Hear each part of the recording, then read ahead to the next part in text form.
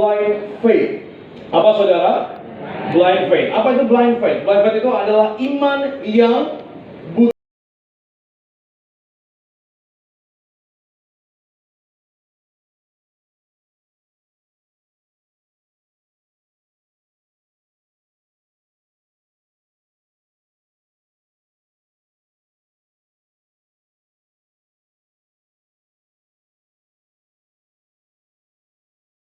Faith. Apa saudara? Blind faith. Apa itu blind faith? Blind faith itu adalah iman yang buta. Saudara, kalau kita mau ngomong tentang iman yang buta, apa maksudnya? Apa artinya? Kita lihat dari masuk dalam firman Tuhan kita pada hari. Boleh tampilkan slide selanjutnya. Kita boleh lihat sama-sama saudara bahwa iman Kristen bukanlah iman yang buta. Bahwa iman Kristen bukanlah iman yang tanpa dasar. Bahkan seringkali istilah iman buta diartikan sebagai kepercayaan tanpa bukti, tanpa dasar atau alasan. Karena seharusnya sesungguhnya iman Kristen adalah memiliki dasar yang kuat, pengetahuan yang benar, dan pengalaman pribadi bersama dengan Tuhan. Namun hari-hari ini saudara, kalau kita mau ngomong tentang iman yang buta, sama seperti orang yang baru jatuh cinta. Karena begini, kalau orang yang baru jatuh cinta, kita gak akan pernah lihat kejelekan. Kita akan gak pernah lihat kekurangannya. Kalau orang yang baru jatuh cinta, semuanya akan baik aja. Semuanya akan indah aja. Semuanya akan terasa, semuanya baik, semuanya bagus, semuanya sedap didengar. Namun seperti saudara jatuh cinta kepada Tuhan, banyak orang yang baru bertobat, cintanya luar biasa. Dia cinta, dia percaya sama Tuhan, namun tidak memiliki dasar. Kita akan belajar sama-sama apa arti iman kekristenan yang sesungguhnya. Apakah iman kekristenan adalah iman yang buta? Kita akan buka dari firman Tuhan. Ibrani 11 ayat yang pertama. Ibrani 11 ayat yang pertama. Kita akan baca bersama-sama ayat ini saudara. Ibrani 11 ayat yang pertama. Kita baca. 3, 2, ya. Iman adalah dasar dari segala sesuatu yang kita harapkan, dan bukti dari segala sesuatu yang tidak kita lihat. Banyak orang bilang begini, kalau kita percaya sama Tuhan, udah percaya aja. Kalau kita mau percaya sama Tuhan, udah percaya aja. Namun sesungguhnya saudara, kalau kita mau ngomong tentang iman, firman Tuhan bilang begini, iman adalah dasar. Saudara bilang sama saya dasar. Iman adalah dasar dari segala sesuatu yang kita harapkan dan bukti. Saudara bilang sama saya bukti. Ternyata saudara, iman bukan hanya percaya sama sesuatu yang tidak terlihat. Namun ternyata iman adalah memiliki yang namanya dasar dan bukti. Sehingga saudara dan saya percaya sama sesuatu yang belum saudara lihat. Jadi begini, kalau saudara ngomong tentang iman itu bukan hanya saudara percaya sama yang saudara belum pernah lihat. Betul saudara belum pernah lihat, tapi saudara punya dasarnya, punya buktinya. Makanya kenapa pengharapan saudara benar di hadapan Tuhan. Jadi kalau kita mau ngomong tentang iman bukan hanya sekedar percaya tanpa alasan. Iman bukan hanya sekedar percaya tanpa adanya dasar dan bukti. Makanya kita bilang dalam Ibrani 11, iman adalah dasar dari sesuatu yang kita harapkan dan bukti dari segala sesuatu yang belum pernah kita lihat. Kita akan masuk lebih dalam dari ayat Ibrani 11 ini saudara. Kita akan belajar dari bahasa asli, terjemahan asli dari kata dasar. Kita lihat slide selanjutnya. Oh, kepotong nih saudara ya. Apa saudara? Dasar dalam bahasa aslinya, terjemahan aslinya adalah hypostasis. Artinya adalah firm foundation. Artinya adalah fondasi yang kuat. Jadi dasar iman seorang Kristen memiliki dasar yang kuat. Dan apa arti dari bukti? Bukti dalam bahasa aslinya adalah elekos. Apa itu? Proof or test. Yaitu sesuatu yang sudah dibuktikan. Jadi iman seseorang, iman Kristen sesungguhnya bukan hanya percaya tanpa alasan. Namun iman Kristen berbicara tentang dasar, fondasi yang kuat. Sama-sama katakan amin. Dan iman Kristen berbicara tentang bukti yang telah dinyatakan, janji yang telah terjadi. Iman kekristenan bukannya tanpa adanya dasar dan bukti. Namun iman kekristenan berbicara tentang fondasi yang kuat, tentang bukti yang nyata. Iman kekristenan bukan hanya iman yang percaya aja namun gak ada dasar. Ternyata iman bukan hanya percaya sama sesuatu yang tidak kita lihat. Namun iman di dalam kekristenan harus punya dasar yang kuat. Iman kekristenan harus merasakan, melihat bukti yang nyata. Makanya kalau kita mau lihat saudara, kita boleh lihat slide selanjutnya saudara. Ini adalah ciri dari bahayanya orang yang memiliki iman yang buta. Ini adalah ciri iman yang buta. Yang pertama apa saudara? Yang pertama adalah percaya tanpa dasar atau tanpa bukti. Sama seperti orang yang baru jatuh cinta. Karena suka sama orangnya, nggak peduli sama kehidupan, nggak perlu peduli sama latar belakangnya. Yang penting saya cinta aja, yang penting saya suka aja. Makanya ini adalah ciri iman yang buta. Yang pertama adalah percaya tanpa dasar dan tidak ada bukti yang nyata. Yang kedua, ciri iman yang buta adalah tidak mau mempertanyakan kepercayaan yang ia pegang. Ternyata iman kekristenan harus diuji. Sama-sama katakan diuji. Diuji. Kenapa saudara? Kalau saudara nggak punya iman yang teruji, saudara punya masalah, saudara punya tantangan, atau saudara ketemu sama seseorang yang mempertanyakan iman saudara, saudara pasti goyah. Kenapa? Karena saudara tidak pernah mempertanyakan kepercayaan yang saudara pegang. Makanya hari kalau saudara bilang begini saudara, ya saudara lahir sebagai orang Kristen, puji Tuhan, lahir dalam keluarga Kristen, dari kecil disuruh sekolah minggu, dari kecil disuruh berdoa sebelum makan, dari kecil disuruh berdoa sebelum tidur, sampai akhirnya saudara bertumbuh jadi orang yang dewasa, saudara melakukan kegiatan agama, saudara datang ke gereja, saudara baca Alkitab, saudara berdoa, namun saudara nggak punya pengertian yang benar. Makanya kalau ada orang yang bertanya sama saudara, saudara bisa terombang-ambingkan. Karena kenapa? Saudara nggak pernah mempertanyakan kebenaran. Orang bilang begini, misalnya contoh saudara nggak pernah baca firman, saudara nggak pernah mendalami firman Tuhan. Ada seorang yang nggak percaya datang sama saudara bilang begini, kamu agama apa? Oh saya agama Kristen. Oh agama Kristen kok Tuhannya ada 3? Langsung mulai bingung, langsung mulai tergoyah. Iya juga ya, kenapa ada 3 ya? Karena kenapa? Karena nggak pernah mempertanyakan kebenaran. Makanya Tuhan bilang begini sama para murid, jadikanlah semua bangsa muridku. Saya kalau mau ngomong saudara, kalau kita mau bicara tentang seorang murid, mungkin hari-hari ini nggak relevan kalau kita ngomong tentang murid. Karena kenapa? Hari ini orang sekolah itu wajib belajar. Hari ini anak-anak itu wajib untuk sekolah. Ini adalah syarat wajib dari pemerintah. Tapi pada masa itu orang yang mau belajar karena ia memiliki kekaguman dan keinginan untuk belajar dari seseorang yang ia kagumi. Makanya saudara, hari ini iman yang buta adalah iman tanpa pengertian yang benar. Saudara tidak mempertanyakan kepercayaan yang saudara miliki.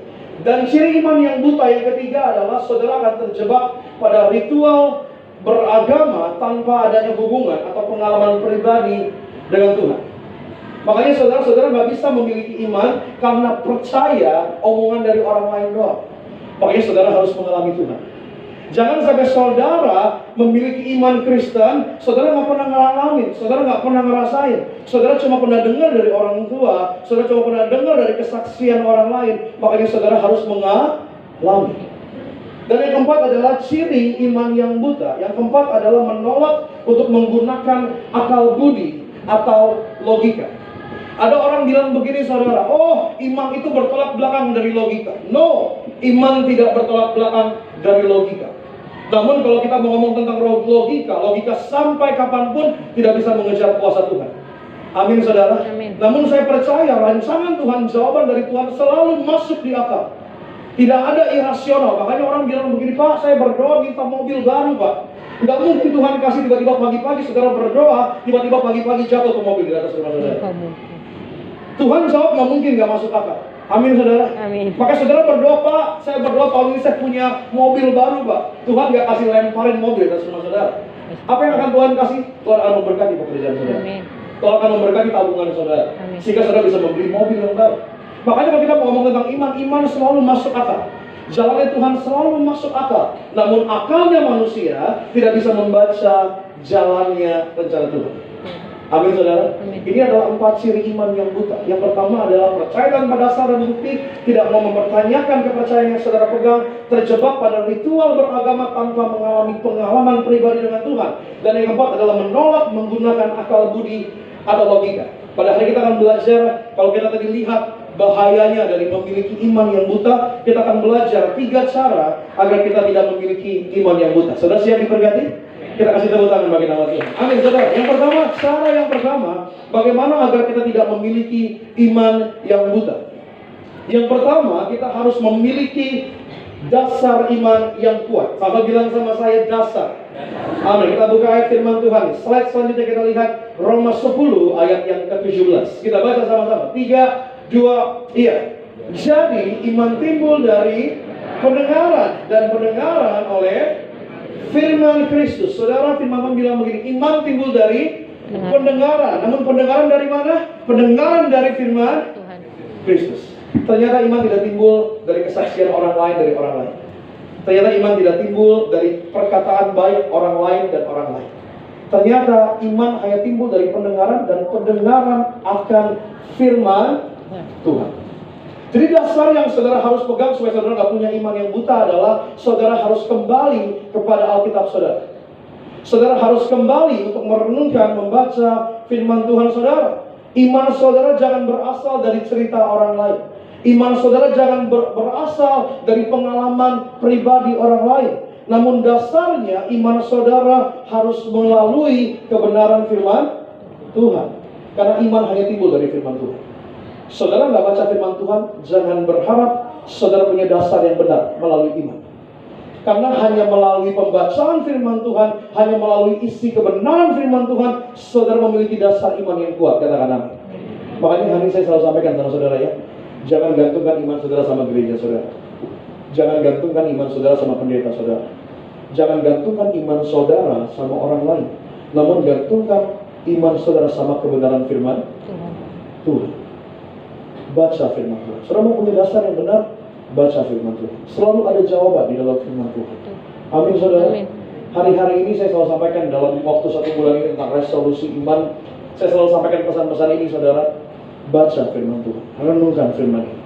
Jangan hanya beranggapan, oh saya cukup kok baca renungan dari, misalnya saudara ya, dari channel YouTube Pendeta Glenn misalnya saudara, setiap pagi. Atau Pendeta Marsa, kita bareng-bareng saudara memang. Setiap pagi cukup kok baca 1 ayat, baca renungan. Oh kita nggak cukup. Kita harus baca firman Tuhan, kita harus punya kerinduan, keinginan untuk mendengarkan firman Tuhan. Karena hanya iman timbul dari pendengaran-pendengaran akan firman Tuhan. Jadi hari ini saudara, iman saudara nggak akan bangkit dari cerita orang lain. Iman saudara nggak akan bangkit dari pengalaman pribadi orang lain. Tapi iman saudara akan bangkit saat saudara baca firman Kristus, firman Tuhan. Yang pertama, bagaimana cara saudara memiliki dasar iman yang kuat? Saudara harus membaca firman Tuhan. Kalau firman Tuhan bilang begini, Matius 13 ayat yang ke-23. Saya bacakan bagi jemaat Tuhan. Yang ditaburkan di tanah yang baik ialah orang yang mendengar firman itu dan mengerti, dan karena itu ia berbuah. Dan ada yang 100 kali lipat, ada yang 60 kali lipat, ada yang 30 kali lipat. Saudara, firman Tuhan bilang begini, yang ditaburkan di tanah yang baik ialah orang yang mendengar firman itu dan mengerti.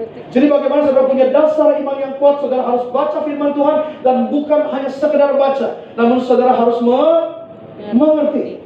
Makanya kalau saudara baca firman Tuhan, renungkan firman Tuhan. Makanya Pemasmur bilang begini, renungkanlah firman itu siang dan malam. Renungkan itu bukan cuma sekedar baca ayat 1, ayat 2, ayat 3, ayat 4, ayat 5. No. Renungkan setiap kata. Renungkan setiap tujuan dari pencatatan Alkitab saudara. Makanya firman Tuhan bilang begini, yang taburkan di tanah yang baik ialah orang yang mendengar firman, dan bukan hanya mendengar, namun ia juga mengerti. Sehingga melalui pengertian saudara akan firman Tuhan akan menghasilkan berbuah hidup saudara. Makanya saat firman Tuhan bilang begini, saat saudara mengerti firman, karena itu saudara akan berbuah. Ada yang 100 kali lipat, ada yang 60 kali lipat, dan ada yang 30 kali lipat. Saudara mau maaf saudara ya, makanya banyak orang yang salah berdoa kalau di mimbar. Kita mau kasih persembahan, berkatilah setiap persembahan, agar setiap persembahan yang kami berikan kembali 100 kali lipat, 60 kali lipat, 30 kali lipat. Kalau kita baca firman Tuhan, itu bukan doa tentang persembahan. Ternyata itu adalah doa tentang pengenalan akan firman Tuhan. Jadi kalau ada orang yang bilang, berkatilah persembahan kami saudara, lipat kali ganda 100 ya Tuhan ya, mulai hitung-hitungan sama Tuhan. Itu adalah iman yang buta. Kita bilang gini, oh saya kasih goceng hari ini 100 kali lipat, berarti Tuhan ganti 5 juta nih Tuhan. Oh saya kasih 100 ribu nih Tuhan hari ini saudara, berarti Tuhan nanti kasih saya 10 juta saudara, 100 kali lipat. Makanya kalau orang yang cuma sekedar baca, kutip-kutip ayat, makanya mereka gak akan pernah mengerti. Makanya doa jangan sampai salah. Kalau bilang, Tuhan saya kasih persembahan ya Tuhan ya, saya kasih 10 ribu nih Tuhan, tolong gantikan 100 kali lipat kali ganda. Ternyata itu bukan doa tentang persembahan. Itu adalah doa tentang saudara baca firman Tuhan. Maka saudara berdoa, milikilah iman yang benar. Iman jangan buta. Saudara berdoa sama Tuhan, Tuhan saya mau baca firman Tuhan, beri saya pengertian. Agar apa yang saya baca, saya mengerti. Agar dari saya mengerti, saya berbuah. Agar firman Tuhan yang tertanam dalam hati saya berakar, bertumbuh ratusan lipat kali ganda. Saya itu bukan doa persembahan. Makanya hadirin para MC atau para pelayan Tuhan, jangan doa di luar dari konteks kebenaran firman Tuhan. Memang ini khotbah yang cukup mengerikan, tapi saya harus menyampaikan kebenaran. Betul. Makanya banyak orang yang salah. Makanya kalau WL ngomong begitu, jemaat pasti senang. Bukan saudara yang kasih 10.000 balik 10 juta. Kalau saya kasih sana, hitung-hitungan. Jadi akhirnya apa? Hubungan antara manusia dengan Tuhan jadi hubungan yang bukan lagi dengan ketulusan, hubungan yang transaksional. Kalau saya kasih, saya pasti kasih. Kalau saya memberi, pasti saya diberi. Jadinya malah mencari keuntungan dari Tuhan. Maka kalau kita baca firman Tuhan, kita jangan hanya sekedar baca. Kita harus mengerti dan merenungkan supaya doanya nggak salah, imannya nggak salah. Karena begini saudara ya, kadang-kali kita berpikir begini, kalau meleset-meleset dikit mah nggak masalah ya. Saudara tahu bujur nggak saudara? Tahu ya, zaman dulu ada bujur gitu buat hitung lingkaran gitu saudara ya. Saudara tahu kalau misalnya 1 derajat berbeda, itu tuh nggak berasa banget, benar ya? Kecuali 180 bertolak belakang. Tapi kalau 1 derajat itu nggak jauh. Tapi kalau saudara coba begini ya, 1 derajat bedanya sedikit banget, nggak nyampe 0,1 mm. Tapi kalau saudara tarik urut panjang, 1 derajat itu akan berubah jadi 180 derajat. Artinya apa? Kesalahan di awal saudara dan saudara tidak mau membenarkannya, itu akan melenceng, membuat saudara melenceng. Makanya hari-hari ini banyak orang yang berdoa kutip ayat firman Tuhan, tapi nggak tahu dasarnya. Katanya keren baca ayat, katanya keren doanya pakai ayat. Tapi ternyata mohon maaf, salah. Malah akhirnya apa? Menjerumuskan.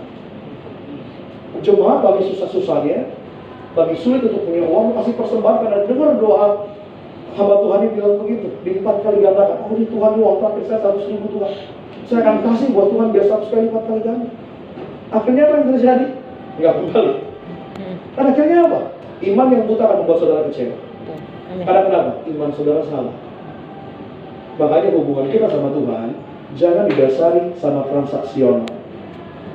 Iman kita sama Tuhan harus didasari sama kasih yang benar-benar. Amin saudara. Amin. Bagaimana saudara nggak punya iman yang buta? Milikilah dasar yang benar. Makanya apa? Baca firman Tuhan. Hari-hari saudara ya, saudara tahu ya banyak cuplikan khotbah di mana-mana. Mohon maaf saudara, saya nggak mau bingung siapa hamba Tuhan biar berurusan mereka dengan Tuhan. Tapi hati-hati, siapa yang saudara dengar, siapa yang saudara percaya, hati-hati. Karena iman timbul dari pendengaran. Jadi ini harus dijaga. Saudara harus tahu betul yang menyampaikan ini adalah benar-benar firman Tuhan atau perkataan manusia. Makanya kalau pendeta ngomong atau siapapun yang ngomong, kalau dasarnya bukan firman Tuhan, jangan langsung saudara percaya. Amin. Amin. Karena iman timbul dari pendengaran, pendengaran akan firman Tuhan. Milikilah dasar yang kuat. Bilang sama kanan kirinya, kita punya dasar yang kuat. Amin saudara. Kasih tepuk tangan bagi nama Tuhan. Yang kedua, bagaimana cara kita agar kita tidak memiliki iman yang buta? Yang kedua adalah memiliki pengertian yang benar. Sama-sama bilang sama saya pengertian. Kita buka ayat firman Tuhan. Kita lihat di Matius 22 ayat 37. Matius 22 ayat 37. Kita baca sama-sama. 3, 2, ya. Jawab Yesus kepadanya, kasihilah Tuhan Allahmu dengan segenap hatimu, dengan segenap jiwamu, dengan segenap akal budimu. Nah makanya kita kembali saudara, kalau kita mau ngomong tentang Tuhan, bilang percaya aja. No, Tuhan gak bilang percaya aja. Tuhan bilang kasihilah Tuhan Allahmu dengan segenap jiwa, dengan segenap hatimu, dengan segenap jiwamu, dengan segenap akal budimu. Dalam terjemahan aslinya akal budi adalah dianoia. Apa itu artinya? Understanding, pengertian yang benar. Makanya Tuhan nggak mengajarkan saudara mempunyai iman yang buta. Tapi kalau orang bilang begini, udah percaya aja, pokoknya percaya kamu pasti diselamatkan, tapi nggak ada dasarnya. Percaya kamu pasti diberkati, namun nggak ada dasarnya. Hati-hati saudara. Karena Tuhan bilang begini, kasihilah Tuhan Allahmu dengan segenap hatimu, sungguh-sungguh mengasihi Tuhan. Dengan segenap jiwamu, dengan segenap ragamu, dengan segenap yang engkau punya. Dan Tuhan juga bilang kasihilah Tuhan dan Allahmu dengan segenap akal budi. Saudara harus punya dasar yang benar-benar benar di hadapan Tuhan. Saudara, kemarin saudara saya diluputkan dari sebuah masalah. Saya berdoa untuk pekerjaan usaha saya, saudara. Saya berdoa supaya Tuhan berkati usaha saya beriman saudara. Saya berdoa supaya target saya 1 tahun perusahaan saya bisa achieve di kuartal pertama. Saya berdoa saudara. Saya berpikir saya ngajarin iman sama jemaat, saya juga harus beriman saudara. Saya mulai beriman. Di awal tahun saya berdoa, Tuhan tolong berkati saya. Saya berdoa sebelum bulan Maret saya bisa capai target perusahaan saya 60%. Supaya maksudnya saya bisa melihat kuasa Tuhan dan saya juga bisa bersaksi tentang kebaikan Tuhan. Sudah ketika gini saudara, saya dihubungi sama sebuah perusahaan yang cukup besar, perusahaan yang saudara pasti tahu lah di mana-mana selalu ada. Perusahaan yang terkenal dengan perkataannya adalah dimulai dari nol dulu. Saat saya dapat itu saudara, saya senang sekali saudara, saya senang. Saya dikenalin sama kolega saya untuk ketemu sama mereka transaksi saudara. Singkat cerita saudara, minggu kemarin saya harus transaksi sekian miliar. Tapi begini saudara, ini orang yang baru saya ketemu lagi ngobrol setelah belasan tahun gak ketemu. Semua ada bukti-bukti transaksinya dengan PT yang dimulai dari nol dulu. Dan akhirnya saudara, singkat cerita, tiba-tiba investor saya bicara begini, Glenn, kita harus lihat bank statementnya mereka. Karena kita harus cek dulu semuanya. Oh saya membela diri, saya bilang enggak, ini anak Tuhan kok, aman kok pasti kok. Ini pasti nggak ada masalah. Ini dia saya kenal lama, dia orang yang cinta Tuhan luar biasa. Dia orang yang melayani luar biasa saudara. Saya bilang udah Pak, percaya sama saya, ini benar, ini sungguhan saya. Singkat cerita saudara, akhirnya ada satu hal yang terjadi sehingga kami harus cek bank statement mereka. Ternyata mereka nggak mau keluarin bank statement. Padahal kalau mau ngomong tentang investasi dan lain sebagainya, bank statement harus terbuka. Karena kita nggak mungkin bisa supply dana kalau dia nggak berani buka dapurnya mereka, saudara, singkat cerita. Dan akhirnya begini saudara, ternyata usut punya usut. Betul orang yang saya kenal ini, orang yang cinta Tuhan ini nggak niat jahat sama saya. Tapi ternyata dia juga salah satu orang yang kena tipu sama orang ini. Jadi begini saudara, ternyata pas di search di Google namanya, ada sebuah kasus di mana dia pernah melarikan uang 4.600 miliar, 4,6 T. Saya saat dengar kabar itu dan akhirnya saya baru tahu disingkapkan sama Tuhan, hati-hati, harus cek dulu, lihat dasarnya dulu. Saat saya lagi bikin firman ini saudara, akhirnya saya tertegur. Benar, kepercayaan memang harus punya dasar dan pengertian yang benar. Jangan sampai asal percaya aja. Makanya kalau kita sama firman Tuhan aja, kita harus ngecek benar-benar baca firman Tuhan. Apalagi sama orang-orang di sekitar saudara. Benar saudara ya? Benar. Tuhan gak pernah menipu saudara, katakan amin. Tapi manusia bisa menipu saudara. Kalau itu pemain transaksi saudara, saya keluar sekian miliar, bukannya untung, malah jadi buntung. Tapi itu butuh pembelaan Tuhan. Tapi saat saya lihat saudara, saya berpikir agak nyesek juga, karena itu adalah 60% target perusahaan saya. Tapi kolaps, gagal. Satu sisi sedih, satu sisi lebih senang. Tuhan melindungi, Tuhan jagai, Tuhan pagai. Tapi Tuhan kasih pengertian begini, kalau kita sama firman Tuhan aja, kita harus telaah lebih dalam, terlebih lagi sama orang di sekitar. Saudara-saudara ya, terutama, mohon maaf saudara ya, terutama buat saudara yang belum menikah. Telaah pasanganmu terlebih dahulu. Banyak banget orang yang cintanya buta, Bapak Ibu, anak-anak muda ya, khususnya. Saya banyak melayani, mereka kirim foto mereka dipukul sama pacar. Dipukul, babak belur, mohon maaf, bukan hanya dipukul cuma sekali doang, babak belur.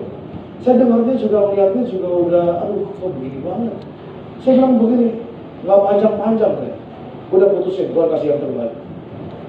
Dia bukan putusin saudara, dia malah bilang begini, Pak, kita kan harus mengampuni Pak. Males ya kalau begini saudara. Kan udah ayat Alkitab. Mohon maaf saudara ya, kalau udah menikah, laporan begitu, saya akan bilang begini, ingat kata martabak keju, selamat menikmati. Tapi kalau masih belum menikah saudara punya pilihan untuk melarikan diri saudara.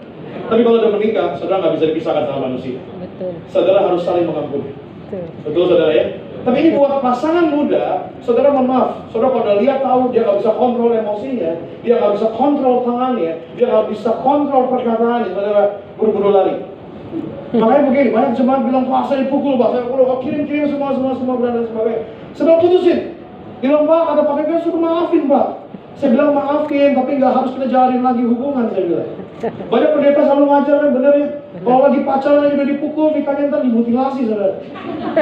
Ya kan pacaran udah dipukul, dibayarin juga kagak, ditanggung juga kagak, dipukul, saudara. Belum tentu dia dipukul sama orang tua.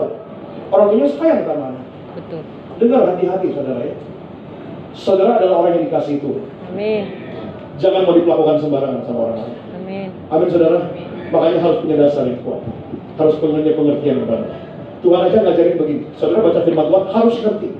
Apalagi saudara dekat sama seseorang. Saudara harus mengerti. Siapapun itu. Pasangan kah, rekan bisnis sekalipun, siapapun itu, saudara harus kenal baik-baik. Pada saat saudara mengenal baik-baik, saudara lihat dalam-dalam, saudara bisa melihat lebih dalam lagi, lebih luas lagi. Karena kalau kita lihat dari jauh, semua akan terlihat baik-baik aja. Tapi kalau kita semakin mendekat, kita mulai semakin melihat dia orang yang datang dari Tuhan atau orang yang datang dari setan. Makanya hari ini, bagaimana saudara punya iman yang tidak buta, punyalah, milikilah pengertian yang benar. Ada amin saudara. Amin. Kita tangan bagi nama Tuhan. Yang terakhir saudara. Yang terakhir, saudara main keyboard belum masuk depan. Yang ketiga adalah menyembah dalam kebenaran. Kita lihat ayat firman Tuhan ya saudara. Di Yohanes 4 ayat 23 dan 24. Kita baca sama-sama. 3, 2, iya. Tetapi saatnya akan datang dan sudah tiba sekarang bahwa benar akan menyembah Bapa dalam roh dan kebenaran. Sebab Bapa menghendaki penyembah-penyembah demikian. Allah itu roh dan orang sedang menyembah dia harus menyembah dia dalam roh dan kebenaran. Firman Tuhan bilang begini, tetapi saatnya akan datang dan sudah tiba sekarang bahwa penyembah-penyembah benar akan menyembah Bapa. Tuhan bukan hanya pengen manusia menyembah dia, tapi Tuhan juga pengen penyembah-penyembah yang benar untuk menyembah dia. Tuhan hanya nggak pengen cuma hanya sekedar menyembah, sekedar mengagumi, namun sebenarnya saudara nggak mengerti. Makanya saat saudara menyembah Tuhan, memberikan hidup saudara sama Tuhan, saudara harus benar-benar mengerti siapa yang saudara sembah. Karena Tuhan mengingini seorang penyembah-penyembah yang benar. Yang Tuhan kehendaki adalah seorang yang menyembah dalam spiritual dan pengenalan akan kebenaran yang mendalam. Menyembah Tuhan di dalam roh, bukan di dalam kedagingan. Dan pertanyaannya, bagaimana cara kita menyembah Tuhan dalam kebenaran? Yang pertama, hiduplah dalam kebenaran. Sama-sama bilang sama saya, hidup dalam kebenaran. Hidup dalam kebenaran. Amin. Yang kedua adalah mengalami perubahan hidup atau pertobatan. Sama-sama bilang sama saya, pertobatan. Pertobatan. Yang ketiga adalah memiliki tujuan hidup yang benar. Jadi bagaimana cara saudara memiliki iman yang tidak buta? Saudara harus menyembah Tuhan di dalam kebenaran. Jangan hanya sekedar kagum sama Tuhan, namun gak mencintai. Apa artinya saudara? Kagum saudara cuma lihat doang dari keluar. Misalnya contoh ya contoh saudara kenal sama seseorang, saudara kagum sama seseorang. Saudara gak kenal sama dia, saudara cuma lihat dari sosial media, saudara cuma lihat dia kalau lagi jalan dari itu katanya katanya bagus, katanya happy, kelihatannya juga keren gitu misalnya. Kagum. Tapi lupa kita harus cinta. Cinta yang benar adalah cinta yang memiliki pengenalan. Amin saudara? Amin. Dengar sekali lagi. Cinta yang benar adalah cinta yang memiliki pengenalan. Makanya seseorang yang masih muda, jangan ngomong cinta dulu kalau belum kenal. Jangan baru ketemu kemarin malam, pagi-pagi dulu I love you. Itu adalah rasa kagum, bukan rasa cinta. Sama halnya dengan Tuhan. Tuhan gak mau saudara hanya sekedar mengagumi, tapi Tuhan mau saudara menyembah dia dalam kebenaran. Amin. Saudara akan bisa cinta sama seseorang kalau saudara nggak kenal sesungguhnya seseorang itu. Makanya bagaimana kalau saudara bisa mencintai Tuhan? Kenali Tuhan saudara. Alkitab bilang begini, Tuhan itu kenal saudara. Bahkan sehelai rambut saudara jatuh aja Tuhan tahu. Jumlah rambut saudara aja Tuhan tahu. Karena Tuhan mengasihi saudara. Pertanyaannya, apakah saudara sudah mengasihi Tuhan hari-hari? Saudara menyembah Tuhan karena hanya pengen diberkati, atau saudara menyembah Tuhan karena saudara tahu saudara sudah diberkati sama Tuhan? Itu adalah dua konsep yang berbeda. Makanya saya bilang jangan sampai hubungan saudara hanya hubungan yang sebatas dengan hubungan transaksional. Saudara cinta sama Tuhan karena saudara pengen dikabulkan doanya. Saya berharap, saya berdoa kita memiliki iman yang sekalipun dijawab atau tidak dijawab doa saudara, saudara tetap cinta sama Tuhan. Amin. Saya berdoa saudara bukan punya iman yang buta. Saudara dalam keadaan baik atau tidak baik sekalipun, saudara tetap cinta sama Tuhan. Berubah atau tidaknya keadaan saudara, saudara tetap mengasihi Tuhan. Saudara mengasihi bukan karena saudara telah diberi, Saudara mengasihi karena saudara sudah tahu saudara telah diberi banyak sama Tuhan. Jangan punya iman yang buta. Tuhan juga gak pengen saudara mengasihi Tuhan dengan cara yang buta. Lihatlah baik-baik, kenalilah baik-baik, cintailah baik-baik. Tuhan mengasihi saudara, Tuhan juga mau saudara mengasihi Dia. Jangan pertanyakan kasihnya Tuhan, gak pernah berubah. Pertanyakanlah kasih saudara sama Tuhan, sering kali berubah. Tapi saya berdoa kita bukan lagi punya iman yang buta, kita punya iman yang benar, iman yang berdasar, iman yang memiliki pengertian, iman di dalam kebenaran. Selamat hari Minggu, Tuhan Yesus.